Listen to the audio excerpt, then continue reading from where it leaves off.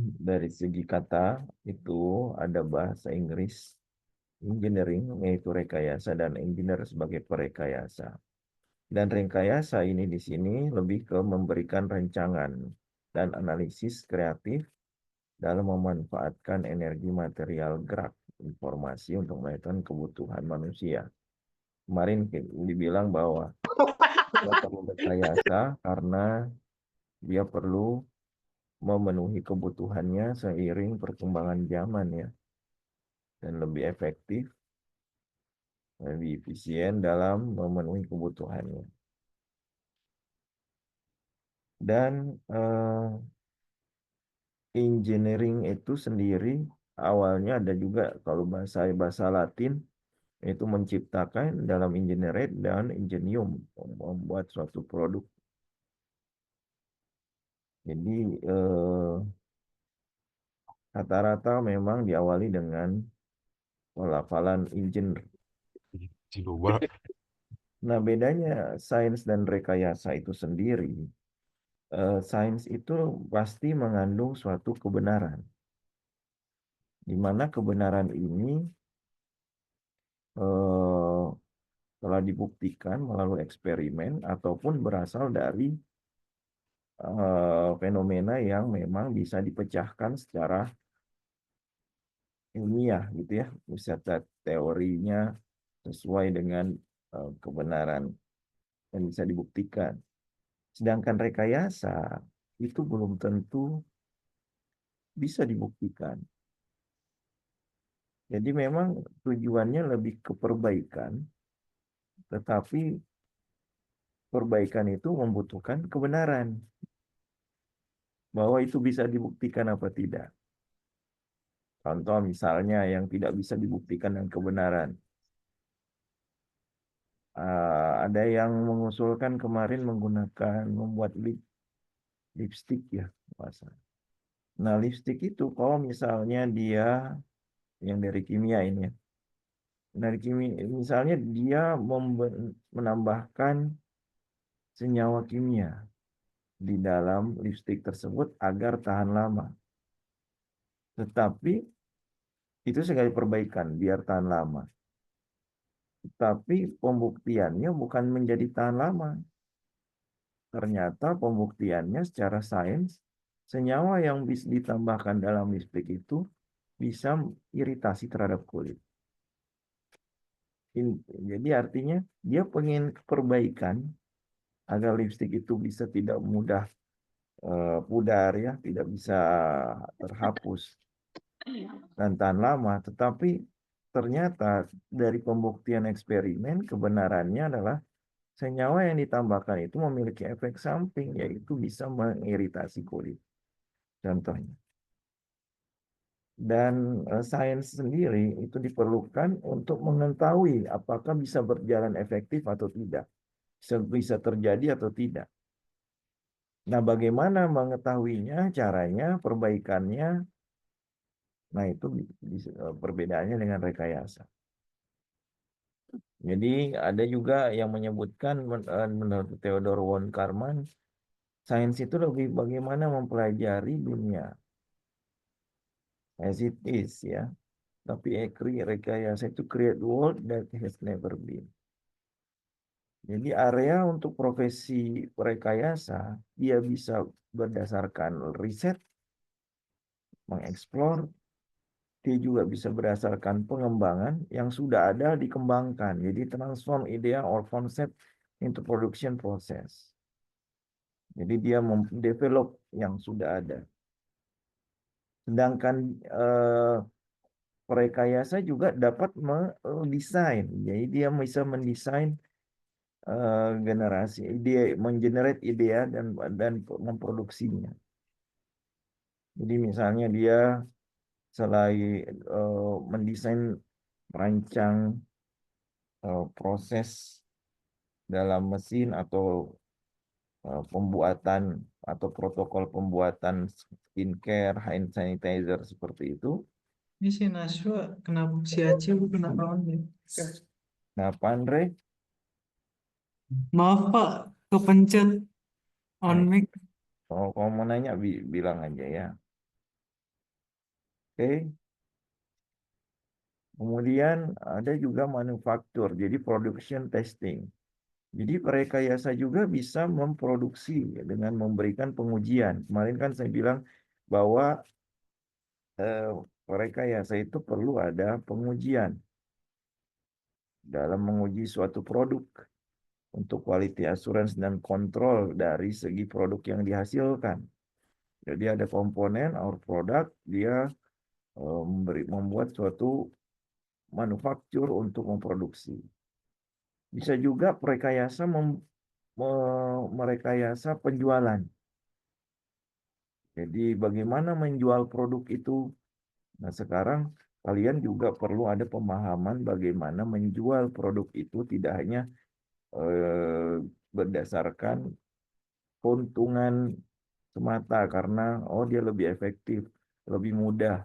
Tapi dilihat juga dari segi marketnya, siapa yang mau beli ini.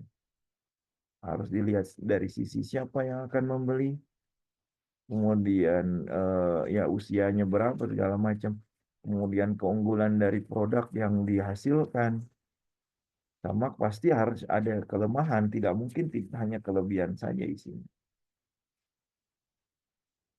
Ya, jadi packagingnya bagaimana, itu juga bisa menarik perhatian, walaupun di situ perlu perbaikan. Ya, operation. Nah, operation itu biasanya untuk perekayasa, dia lebih manajemen ya, mengarrange kinerja fasilitas dan peralatan yang ada. Jadi fasilitas yang ada dia mengarrange. Ini juga bisa kalian rekayasa. Jadi tidak harus membuat produk. Jadi bisa aja bagaimana produk itu bisa dijual dan tadi ya dari segi riset mengeksplor kembali parameter yang ada. Bisa juga nanti abstrak kalian juga bisa dari segi ini. Basisnya mengeksplor, mendevelop, mendesain, atau menguji komponen dalam suatu produk dengan ada parameter tertentunya. Kemudian ada tadi pembelian, penjualan, kemudian bagaimana mengoperasikannya. Jadi tidak harus membuat produk. Mungkin di SMP, di SMA, kalian disuruh membuat suatu produk jadi. Tetapi perekayasa tidak harus basisnya menghasilkan suatu produk. Yang kemarin saya bilang bisa menghasilkan suatu proses, dia bisa mendesain, mendevelop, menresearch, ya, operation. Jadi peneliti itu sebenarnya bagian dari perekayasa, tetapi bagiannya hanya lebih basisnya area of work-nya hanya untuk riset, mengeksplor, discover and apply new principle. Tapi kalau mendevelop, desain, production, pasti orang teknik juga melakukan seperti itu. Jadi tolong sudut pandang kalian dalam rekayasa dan desain itu tidak hanya langsung saya mau buat produk apa, tetapi apa area kerja kalian yang kalian ingin coba untuk didesain, untuk direkayasa, dibuat gitu ya. Bisa juga dalam bentuk construction organize, misalnya bagaimana komponen-komponen dalam proses itu dapat berjalan. Misalnya kita mau melakukan konstruksi bangunan, ya kita butuh konstruksinya, misalnya harus pakai cakar ayam ya, kemudian dibangun dengan beberapa tiang dan lain-lain. Itu rekayasa. Kemudian ada manajemen, optimize the use of resources. Jadi kita mau optimasi semua komponen yang berhubungan misalnya dalam perusahaan, dia punya uh, tenaga kerja, dia punya finance, dia punya fasilitas. Nah, itu bagaimana memanage itu dalam satu kali 24 jam perusahaan itu bekerja, perusahaan itu berjalan.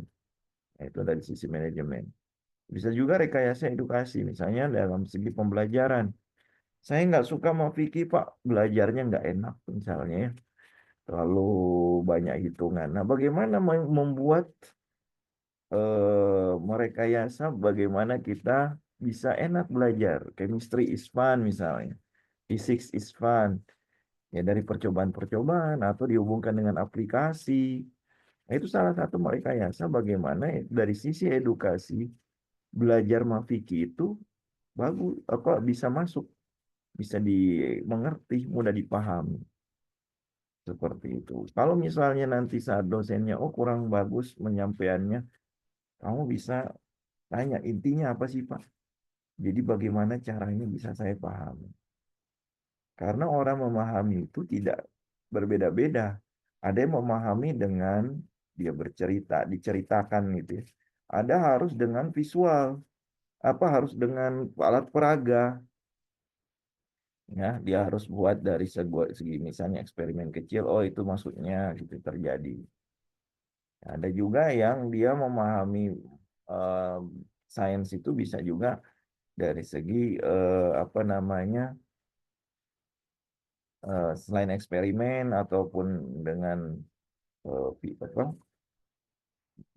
apa dengan omongan ya, tapi juga bisa dari literasi, jadi dari buku, dari pemahaman yang dia baca selama ini. Nah, mahasiswa itu kadang sekarang sulit memahami dari segi literasi dan sulit memahami menginterpretasikan dari bentuk tulisan gitu. Nah, itu yang kita memang sekarang kita lihat ya. Apalagi kalau belajar Mafiki, kalian kan ada laboratoriumnya, ada praktikum. Praktikum praktikum kimia dasar itu nanti kan ini mata kuliah kan tidak terpisah ya, tapi bagian dari apa sih namanya? Kuliah kimia dasar kan ini misalnya. Karena kalau fisika terpisah. Nah, sebenarnya praktikum itu untuk memberikan pemahaman lebih. Jika kalian misalnya tidak tidak apa ya, tidak bisa paham dari segi abstraksi atau dari penjelasan dari dosen, kamu butuh percobaan, eksperimen. Nah, itu praktikum biasanya masuk ke situ. Nah, itu dari segi edukasi. Dan rekayasa-rekayasa seperti ini itu berjalan tergantung pada bidang mereka masing-masing. Ada bidang sales, tapi salesnya sales berbasis science. Sekarang banyak tuh orang kimia, orang fisika di pabrik itu bukan saja diperlukan untuk riset, tapi bagaimana dia menjadi konsultan dari segi mempertahankan, mempromosikan produknya. Jadi kan biasanya orang sales itu tidak harus tentang produk packaging ya, tapi harus dia menjelaskan dari segi reaksi. Itu bisa dari pemahaman atau dari segi apa namanya logika dan fenomena sains yang ada bisa diutarakan kepada investor sehingga investor bisa beli produk kita dan logis bagi mereka. Tidak langsung kamu bilang ini alatnya efektif. Efektif dari mana? Alatnya efisien. Efisien dari mana? Investor nggak bisa ngasih, nggak akan beli produk kamu atau proses yang kamu eh, tawarkan, tapi kamu tidak bisa jelaskan. Hanya cuma tahu efisien dan efektif.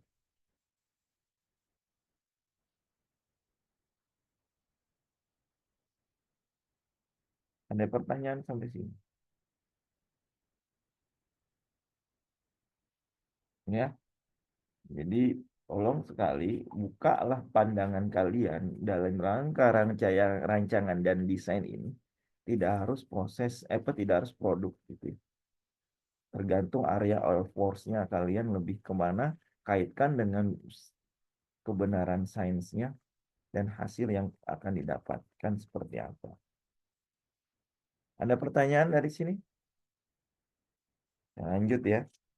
Karena ini kuncinya. Kalau kalian tidak bisa menjelaskan sesuai dengan area of works-nya dan selalu monoton, ya berarti keluaran dari mata kuliah ini tidak berjalan. Oke. Next. Nah, nanti kalian akan membuat proposal, abstrak, sorry, abstraknya saja, bukan proposalnya ya, abstraknya dalam bentuk proposal, abstrak proposal, ya dalam bentuk abstraknya saja dan presentasi dalam berisi 4 hal, yaitu pendahuluan, tujuan, metode, dan output yang diharapkan.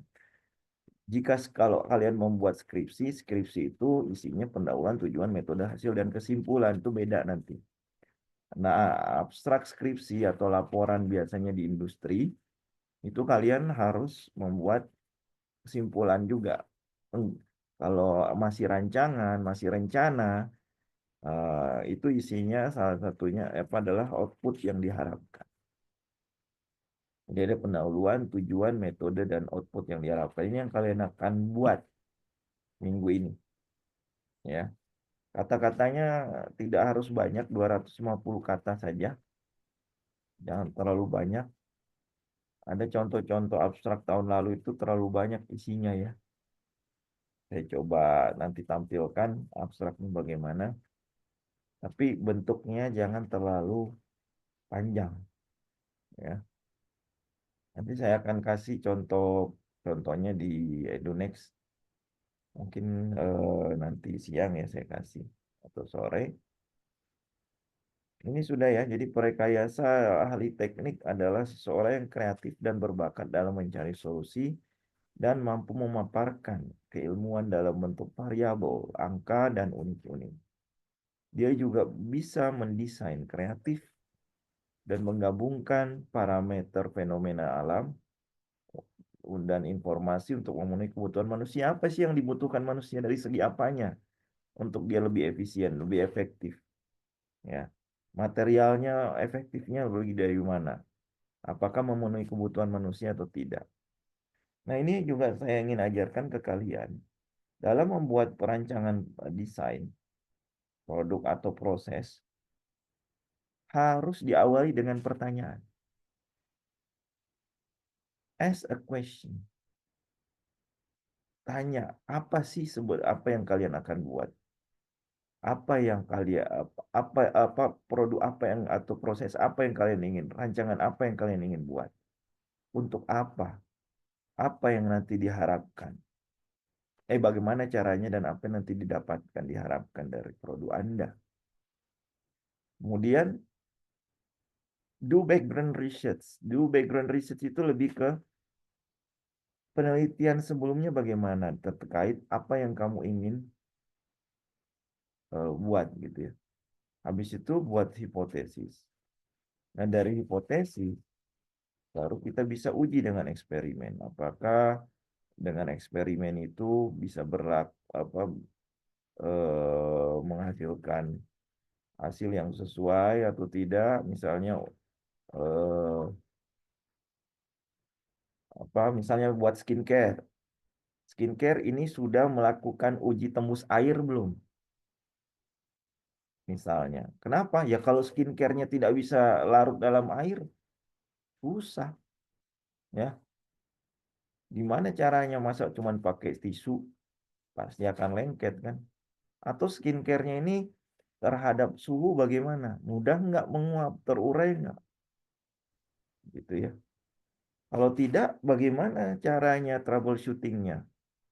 Carefully check all steps and set up lagi eksperimennya. Jangan sampai skincare kita ini lebih banyak kelemahannya ya daripada kelebihannya. Jangan cuma mainin warna ya, warna atau lembab gitu ya. Lembab juga biasanya ada pH-nya ya, ada ketahanan dia terhadap temperatur dan suhu. Temperatur dan kadar keasaman misal, dan juga kelarutannya dalam air. Nah, habis itu datanya bagaimana, hasilnya, baru resultnya bisa dikomunikasikan. Ini sebenarnya yang kalian akan lakukan di tugas akhir ya, karena ini adalah scientific process. Nah, di sini kalian coba belajar bagaimana konsep sains yang kalian ingin buat dan bisa hasilnya dapat dibuktikan untuk merekayasa usulan rekayasa yang kalian lakukan, yang akan kalian presentasikan. Oke, baik. Di sini ada pertanyaan nggak?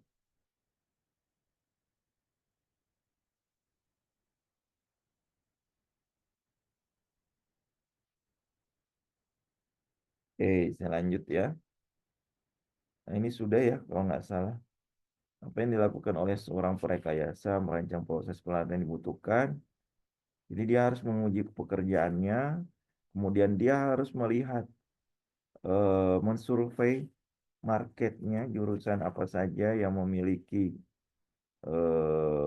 gaji tertinggi sebagai perekayasa dan membuka pintu untuk karir.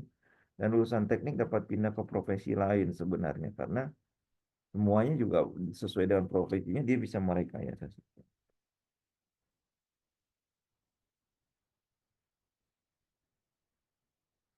Ini contoh-contoh disiplin ilmu teknik, teknik kimia, teknik lingkungan, sudah ya, kalau nggak salah kemarin. Dan di manakah insinyur bekerja? Ya, sebagian bekerja di lab, kantor, lahan industri, juga bisa di tempat terbuka. Dan apa yang akan dilakukan engineer sebenarnya? Ya, kamu bisa lihat di sini, saya ambil dari kutipan dari buku ya. Dia selalu bisa mengklasifikasikan berbagai tipe secara konten yang tadi ya, yang berbasis riset, construction, sales dan lain-lain ya.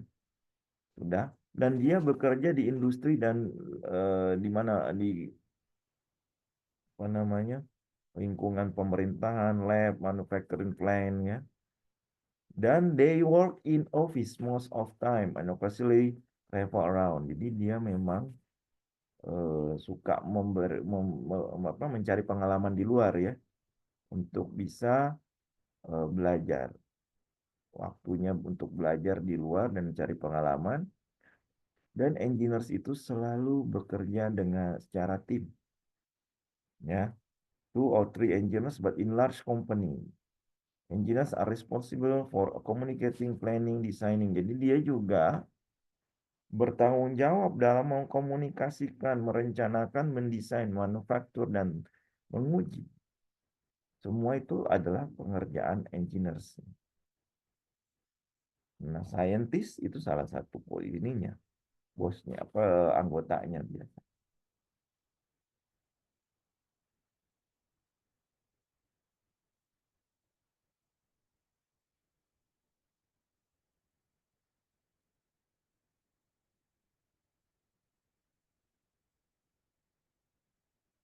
Okay, dan engineers are capable of design a process, equipment needed for a project, and sometimes involves inventing new technologies.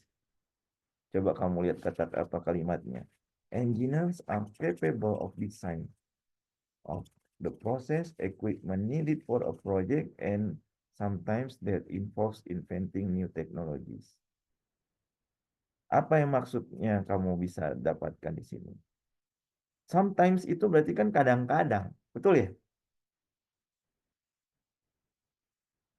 Nah, ya, pemikiran kita, rekayasa atau mendesain sesuatu itu pasti harus menghasilkan new teknologi atau menghasilkan produk baru. Tidak juga. Suatu rekayasa pastinya capable mendesain proses dan juga equipment needed for a project. Fasilitas atau peralatan yang dibutuhkan dalam suatu proyek tertentu. Sometimes that involves inventing new technologies. Jadi artinya tidak selalu tujuan utamanya new technologies dibuat. Jadi dia bisa memperbaiki, ya, mendevelop sesuatu produk yang ada, gitu ya. Dan engineers must also test their work carefully. Sebelum itu ya, paragraf terakhir ya. Before it is used by trying to anticipate all things that could go wrong. Nah, kebanyakan teknik kita, engineer kita, itu melewatkan hal terakhir itu.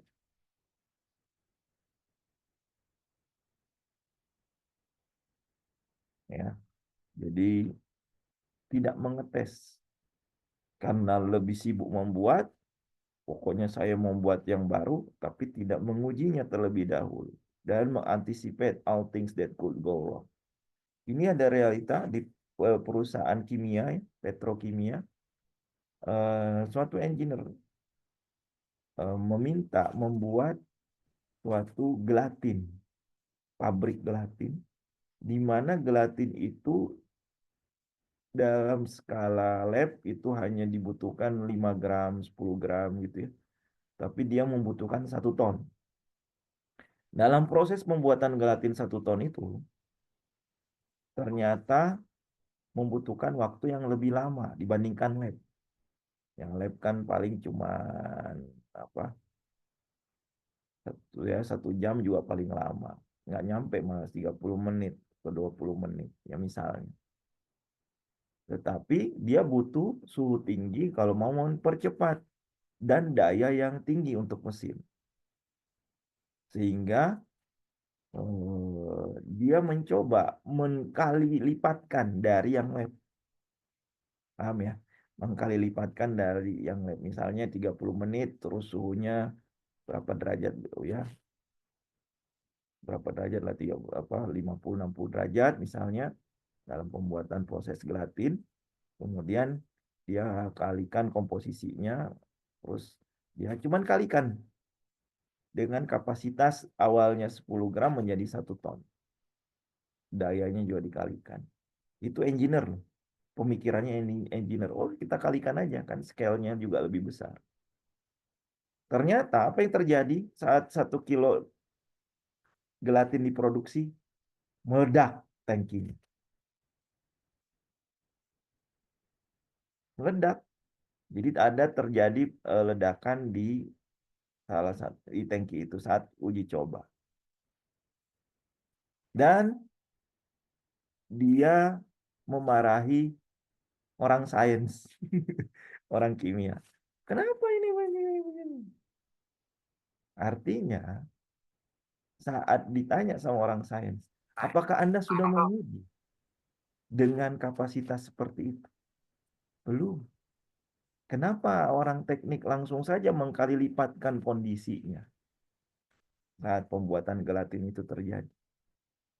Jadi orang teknik itu sebenarnya ya butuh juga pemahaman orang sains dari segi optimasi. Sehingga kalau mau membuat scale lebih besar, dia harus mengoptimasi juga kondisinya. Tidak boleh mengkali lipatkan dengan kondisi yang dilakukan di laboratorium.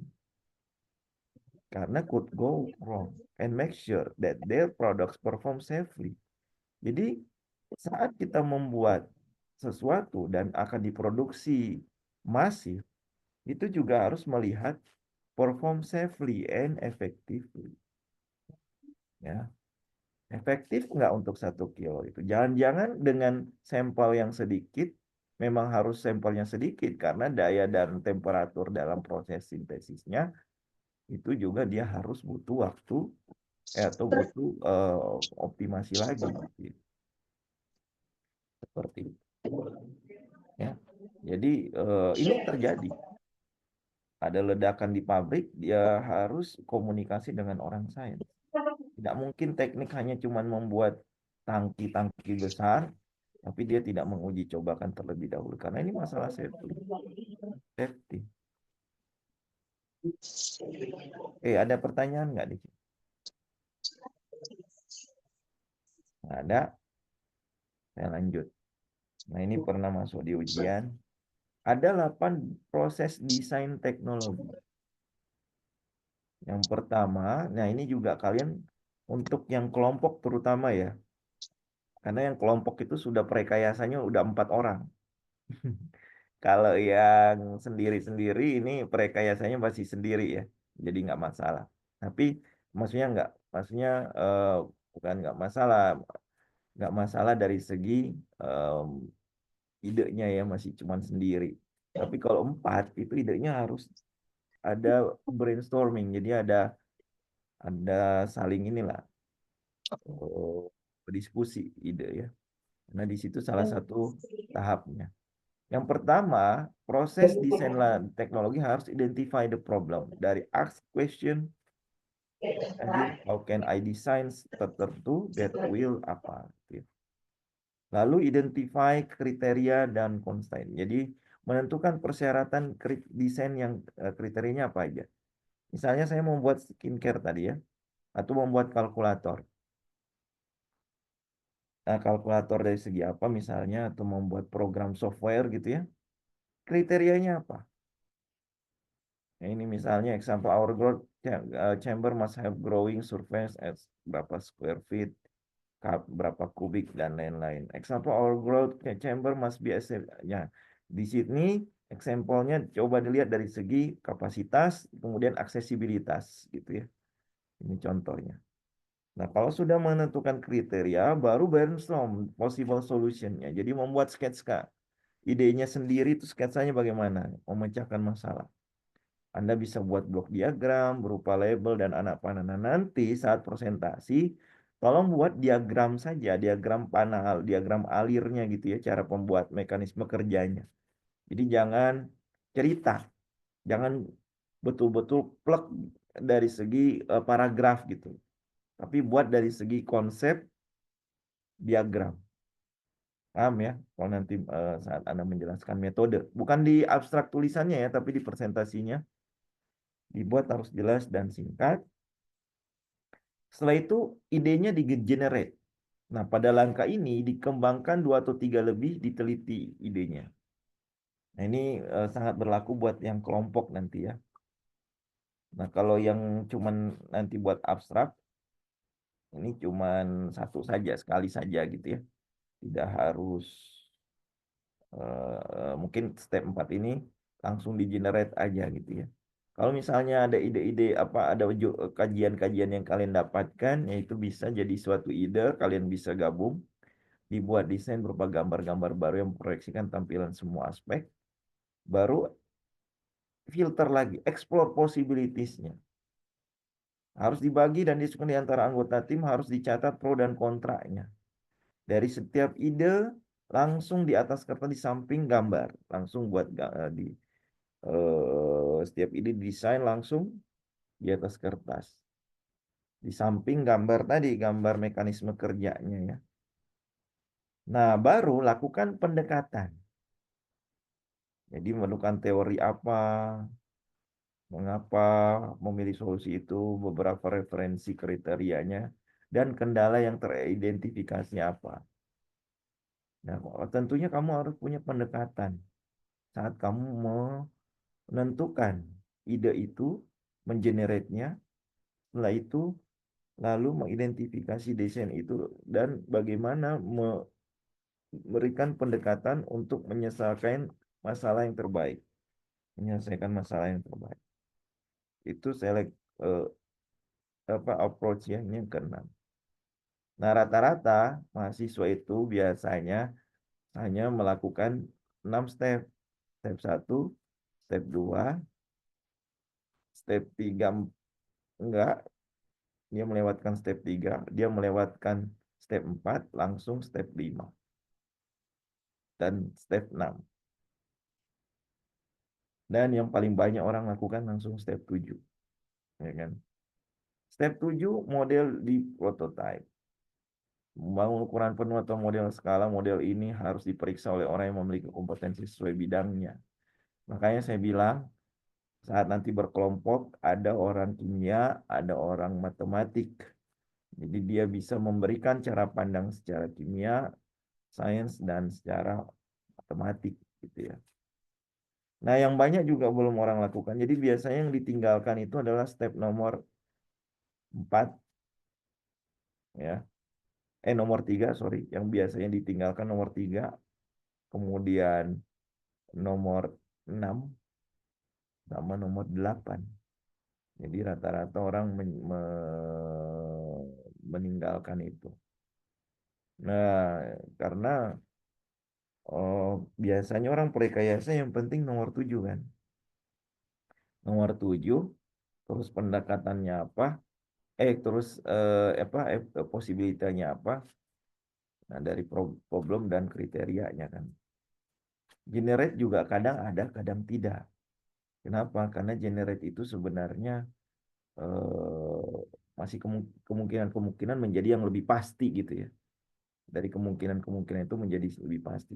Sebenarnya step 3 ini lebih ke bagaimana kemungkinan-kemungkinan itu bisa terjadi dalam menyelesaikan masalah. Habis itu generate, diambil salah satu atau dua, kemudian explore possibility, lalu lakukan pendekatan yang ada. Setelah itu kalian melakukan membuat model prototype dan refine the design. Nah, ini yang banyak belum dilakukan. Makanya terjadi banyak kecelakaan, ya, safely-nya dan efektivitasnya. Evaluasi prototype itu. Apa kelebihannya, apa kekurangannya, ya. Nanti saya minta yang kelompok, dia harus punya penjelasan refine the design. Ya, pendapat dari orang lain untuk meninjau solusi dan membantu mengidentifikasi perubahan yang perlu dibuat berdasarkan penelitian dan kendala, harus diidentifikasi masalah dan solusi yang diusulkan. Karena kalau membuat saja tidak atau hanya terjadi sekali gitu ya, oh sudah bisa terjadi. Terus bagaimana pemeliharaannya? Terus bagaimana kalau penggunaannya berulang-ulang? Terus bagaimana kalau dia apa namanya, prototipe ini tidak pernah di apa namanya, tidak pernah dipelihara, tidak hanya digunakan saja, ya. Sekarang ITB itu meminta kepada peneliti-peneliti di ITB, jangan kalian cuma membuat produk saja, tapi ajarkan ke masyarakat bagaimana cara memelihara produk itu. Ajarkan juga ke masyarakat, bukan menggunakan saja. Karena kenapa? Rata-rata teknologi yang sudah canggih ya, berbasis IoT, ya, Internet of Things rata-rata, atau berbasis instrumentasi. Coba bayangkan instrumentasi atau Internet of Things yang pakai WiFi gitu ya, kita kasih ke desa. Awet nggak? Awet nggak, Pak Hari? Belum tentu. Bisa saja hanya 2 bulan, 3 bulan dipakai, rusak, udah. Jadi artinya, kita itu tidak boleh hanya sebagai user. Membuat teknologi not only for being a human as the user, sebagai pemakai. Tapi dia bisa memelihara, dia juga bisa mengajarkan orang lain. Kalau dia bisa mengajarkan, mengoperasikannya tidak hanya satu orang, bisa banyak orang. Sehingga orang itu tahu bagaimana, dan itu tuh belajar untuk bagaimana cara menggunakannya. Dan juga bisa bagaimana cara memeliharanya. Ya sama lah, kalian punya HP. Berapa kali sih kalian ganti HP? Di sini ada nggak yang punya HP lebih dari 5 tahun?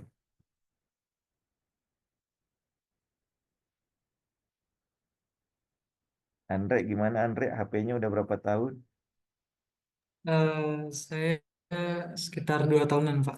2 tahun. Ada nggak, coba acungkan tangan yang HP-nya lebih dari 5 tahun?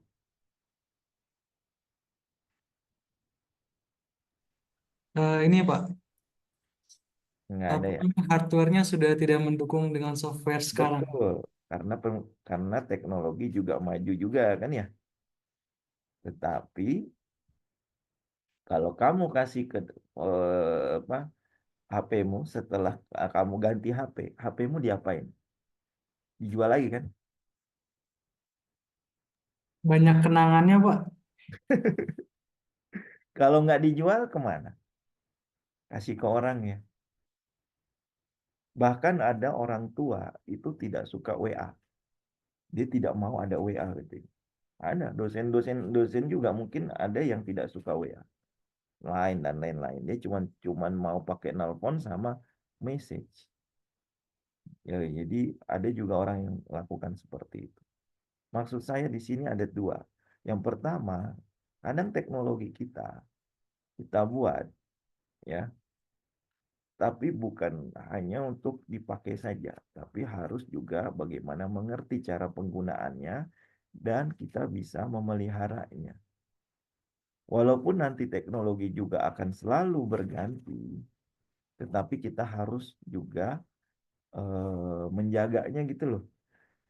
Kita kan ada juga orang bisa bisa artinya bisa belajar seni tidak tergantung sama orang lain. Coba dulu ada HP namanya Samsung. Samsung, Nokia dulu ya. Sekarang udah lebih banyak kan? Kenapa? Karena dia mau belajar. Awalnya dia belajar dari induknya, siapa gitu, Samsung, Nokia. Sekarang sudah ada yang lain, iPhone. Sekarang sudah ada yang lain kan, merek-merek tertentu. Mereka belajar. Mereka tahu cara penggunaan dan cara pembuatan. Nah, inovasinya dari situ. Dan jadi kita tuh tidak harus konsumtif, tapi bagaimana hasil yang kita lakukan dengan konsumtif, kita juga produktif. Dan yang kedua, belum tentu teknologi yang kita buat itu orang suka. Makanya saya bilang, kita harus tahu pasarnya. Coba saya tanya yang membuat judul-judul abstrak kemarin. Pasarnya kalian tahu nggak buat siapa? Atau hanya memecahkan masalah kalian saja gitu? Atau apa orang-orang kalian apa yang anak-anak tingkat 4, tingkat 3, tingkat 2, maksudnya orang matematik saja misalnya, atau orang kimia saja. Kemarin ada eh, Oktan namanya ya, oleh Olimpiade Kimia Tingkat Nasional yang dilakukan oleh Himpunan Kimia Indonesia, Himpunan Mahasiswa Kimia. Ada namanya perlombaan isoterm, dia membuat produk. Coba siapa yang menang? Produknya ada 4. Produk berbasis apa namanya? Berbasis pembuatan serat kain, ada yang berbasis pembuatan karbon nanotube, ya, ada yang berbasis fitoremediasi sampah. Memang konsepnya lingkungan ya. Ada yang berbasis reverse osmosis, jadi artinya penyaringan air. Yang menang siapa coba? Yang menang orang yang melakukan fitoremediasi sampah. Kriterianya kenapa? Karena dia menggunakan bahan-bahan yang hanya berasal dari tempatnya dan bisa dilakukan oleh selain dia, yaitu masyarakat.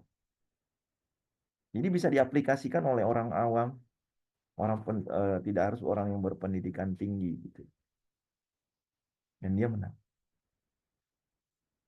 Jadi membuat produk itu harus lihat juga pasarnya dan yang menggunakannya sampai dia bisa nggak diaplikasikan sendiri oleh orang lain. Karena kalau kita buat teknologi, buat produk, cuman orang lainnya kalau ada apa-apa harus butuh kita, ya gimana ya? Berarti orang itu tergantung sama kita kan? Ya nggak? Nah, negara-negara untuk menjadi negara berkembang, menjadi negara maju, awalnya mereka bergantung terhadap negara maju, tapi makin lama dia akan menjadi negara maju karena dia tidak bergantung lagi dengan negara maju lainnya. Seperti itu. Walaupun memang negara-negara lain akan bergantung sama dia yang berkembang. Jadi kalau mau jadi negara maju, harus belajar dari negara maju dan berkembang ya. Nah, habis itu saat menjadi negara maju, ya pastinya kita harus merangkul negara-negara berkembang. Seperti itulah. Ini yang terakhir, jadi karakteristik utama desain rekayasa itu harus lintas disiplin. Dan rekayasa itu perlu sangat kompleks. Lebih baik, lebih kompleks, lebih bagus. Bukan kompleks dari segi teknologinya ya. Bisa juga bahannya atau prosesnya ya. Dan modelnya iteratif. Proses iteratif ini dimulai dengan implementasi yang sederhana dari sekumpulan kecil persyaratan perangkat lunak dan secara berulang meningkatkan versi yang berkembang hingga sistem lengkap yang diimplementasikan dan siap untuk digunakan. Ya, jadi dari yang model yang sederhana menjadi model yang lebih kompleks.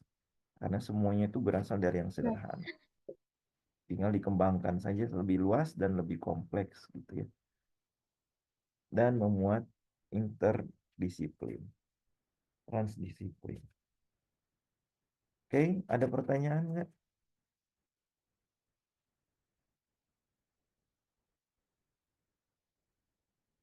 Oke, kalau tidak ada, saya cukupkan untuk hari ini. Oh ya, saya mau sampaikan. Halo, suara saya terdengar? Terdengar, Pak.